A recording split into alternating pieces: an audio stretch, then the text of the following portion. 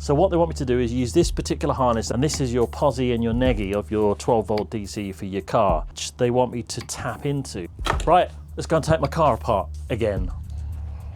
There you go, you can see the fibre optic light, and it's trying to go through the unit and back round. Posi, yellow and red, and the brown one is my ground. Beautiful. Is that there's a red cable that goes into this main power harness plug, and I need to connect that to the positive. Okay. Aha! She's working, she's working. Wow, look at that. Let's move on, 'cause it's time to move on.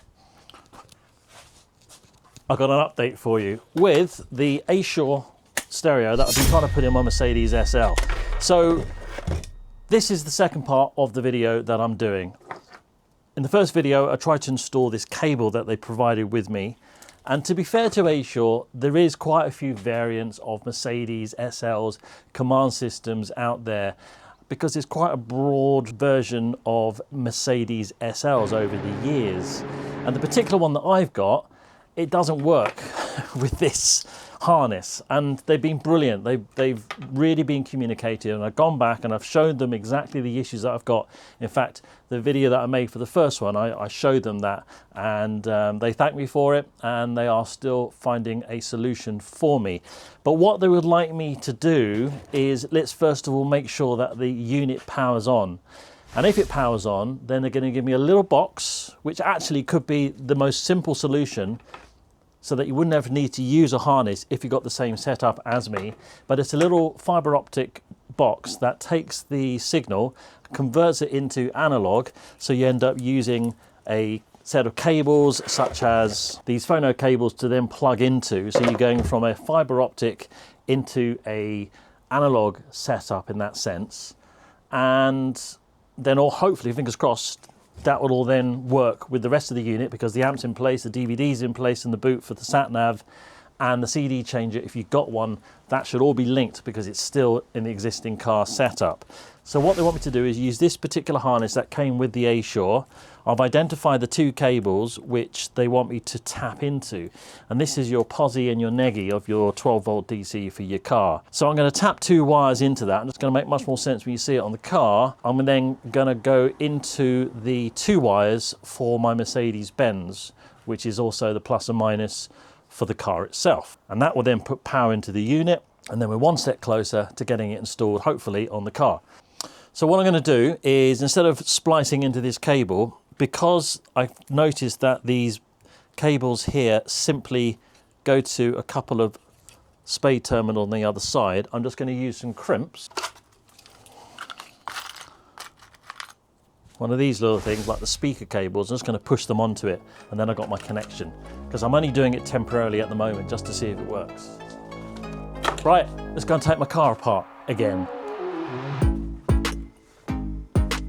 Back in the car, remember, get the seats down low, and we'll get these side panels off, and you watch just how fast I do it now, because I've done it once before and I remember what I'm doing, I know what tools to use. You got that bit of confidence. I've always said that whatever you do, whether you're changing the brakes on the car, guarantee when you do the first side, you'll do it twice as quick with half the tools on the second side. So if you remember rightly, we need to take this side panel off. That just pops off with the seat down. Then you get into this position and you then twist it up. Same on the other side, obviously. There, easy. And then if you recall, it's the small screws. Always remember it, the ones that are not obvious. You think it's going to be the larger screws, but it's actually the smaller, longer screws that you undo, and there's 3 of them.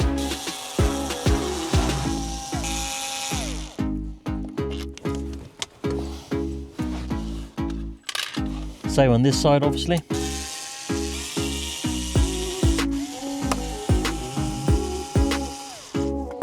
Now remember, get your handbrake on, or your foot brake, especially if you're on a hill, because you want to move the shifter in the slightly rear position. Neutral or drive is ideal. Okay, remember these little covers on the cup holders.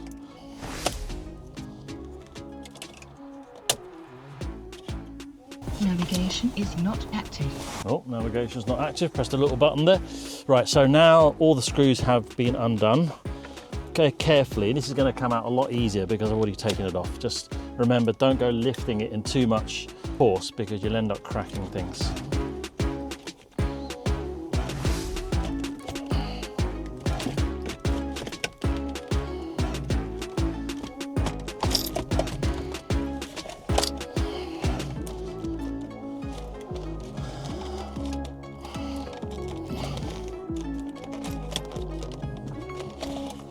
And you can just twist it to the side, just like that. Right, a couple of screws here. It's the same attachment as the smaller ones we just taken out from the side.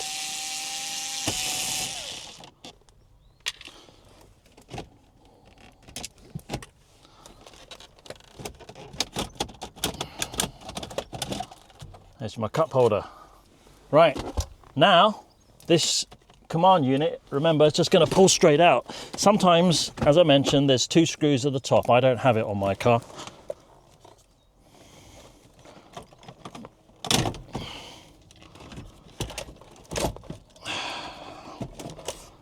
And there's my command unit. Right, so at the back here, so this is the serial number and everything of my command unit. And here on the rear is the power supply going in and the important CAN bus fiber optic, which is just a plug to undo.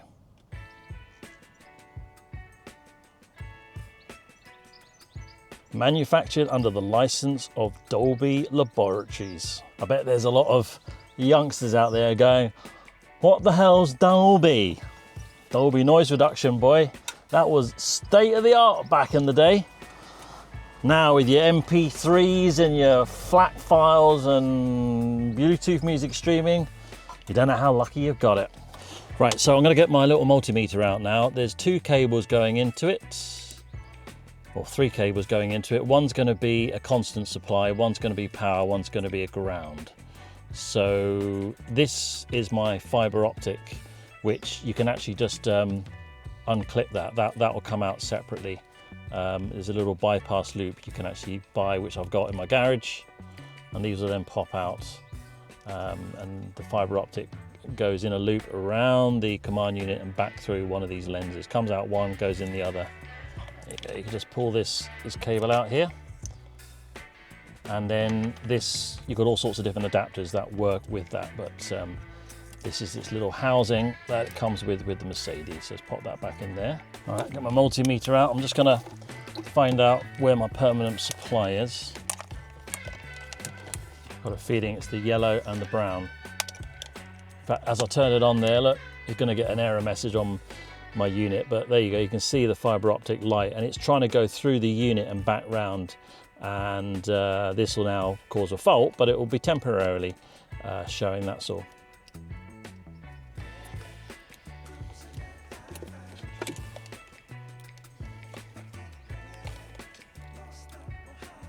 There we go. We've got it the right way around as well. Let me just check the polarity. Okay, good. So posi is the one that is, as I thought, the yellow and red, and the brown one is my ground. Beautiful. Right, so what I've got to do now is connect my cables that I made up. So I made these cables here. I put little spade crimps on one end and flat connections on the other. I'm going to connect these into the harness, and I've got yellow and black, which is my posi and negative on the A-Shore harness. And let's check the email there. Yeah, so the black is ground, the negative. So all I've got to do, where am I going? Here, right, so the black is ground, and I'm going to go into that one, and I'll make the ground the one without the white tape on, which I've marked up to keep them separate. And this one here, I'm going to make the posi. I'm going to go into the pin on the posi, which is the yellow for the A-Shore harness. Right, so that's that connected. Now, fingers crossed, I touch those cables, we should see some life, he says. So let's get all this set up and see what we can see. Okay, right, let's connect. So the positive on here is the one without the white on there. Right. So that's ground. Right, so I'm going to connect my ground first. Okay, so there's my ground connected. Moment of truth. I'm going to connect the posi and see if this thing comes to life. Maybe turn it on.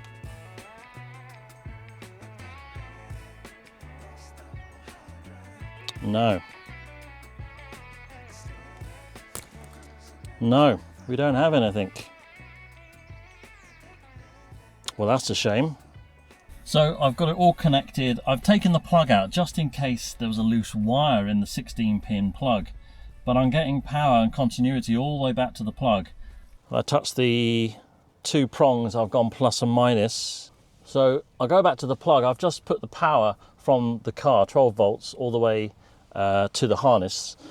There you go. Right, so what I've done is I'm just checking the continuity and the power all the way through.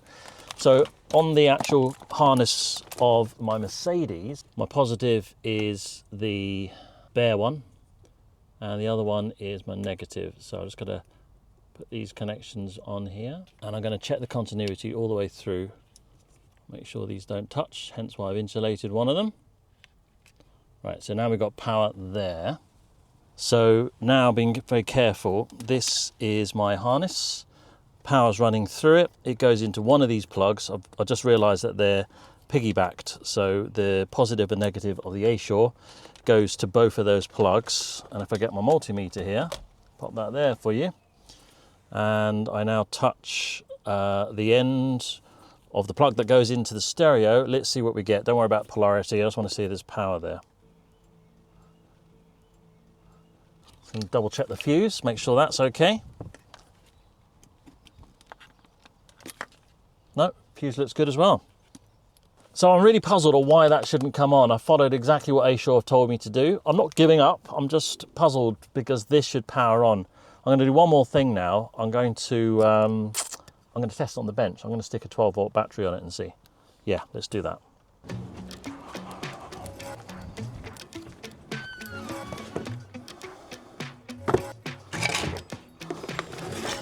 Right, let's get some power.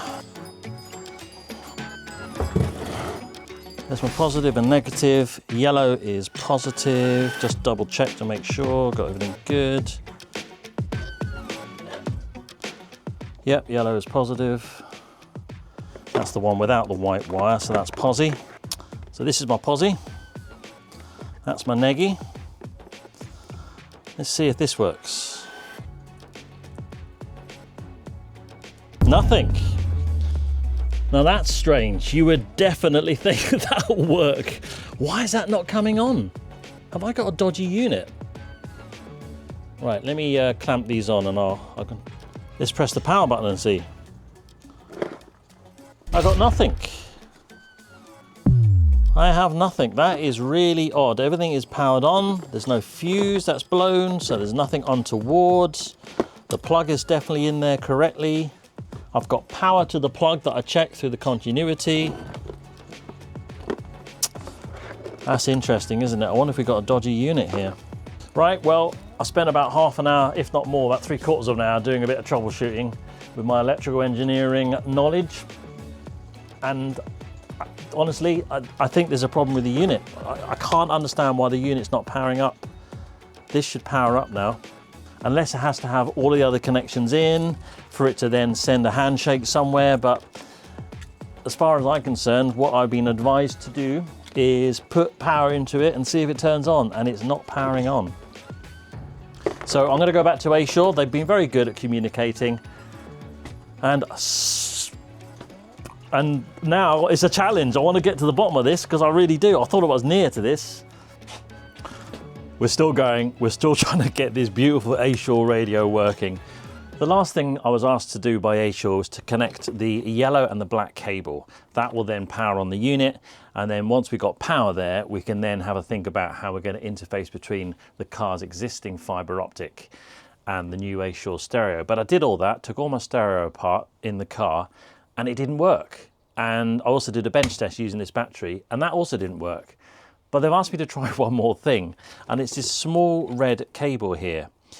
And I've got some good hopes about this because I've mucked about with stereos all my life. And what I think this is going to do, this is actually like a trigger wire, a little bit like the accessory position on your key in your car.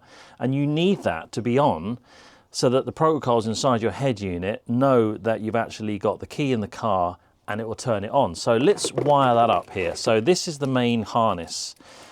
And I mentioned this before, you can see that there's yellow cables and black cables. These are two different connectors, depends on the car that you've got, so it doesn't matter which one you're going to use. I'm just going to use this one here. And I've got these cables that I've made up, so let's get those connected to my bench battery, and then we'll see how we go.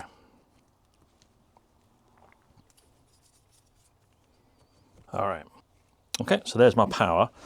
So let's take one of these, and this is my posi for my 12 volts, and I'm going to go into the yellow connector here, which is that one.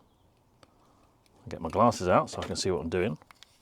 And the black one, this is going to go to the black cable. And then the ground, negative of the battery, is going to the black cable. So that's those two connected. As you can see, nothing's happening. We've got no power. Now, here's the key thing, is that there's a red cable that goes into this main power harness plug. And I need to connect that to the positive. So let's give that a go. So there it is there. Got a nice bit of welding wire actually, because it's nice and thin. Let's turn this over. And I'm just going to connect the red on the side here. That's the red. And let's connect it to the positive of the battery. Fingers crossed, let's see what happens.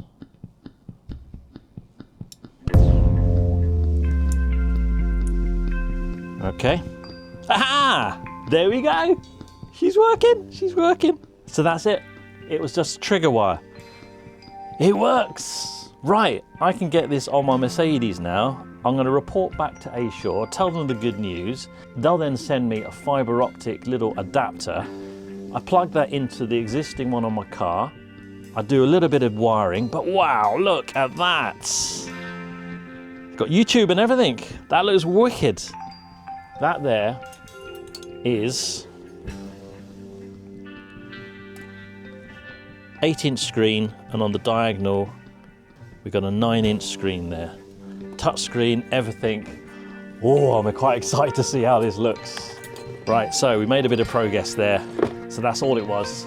I literally just needed to connect those 3 cables.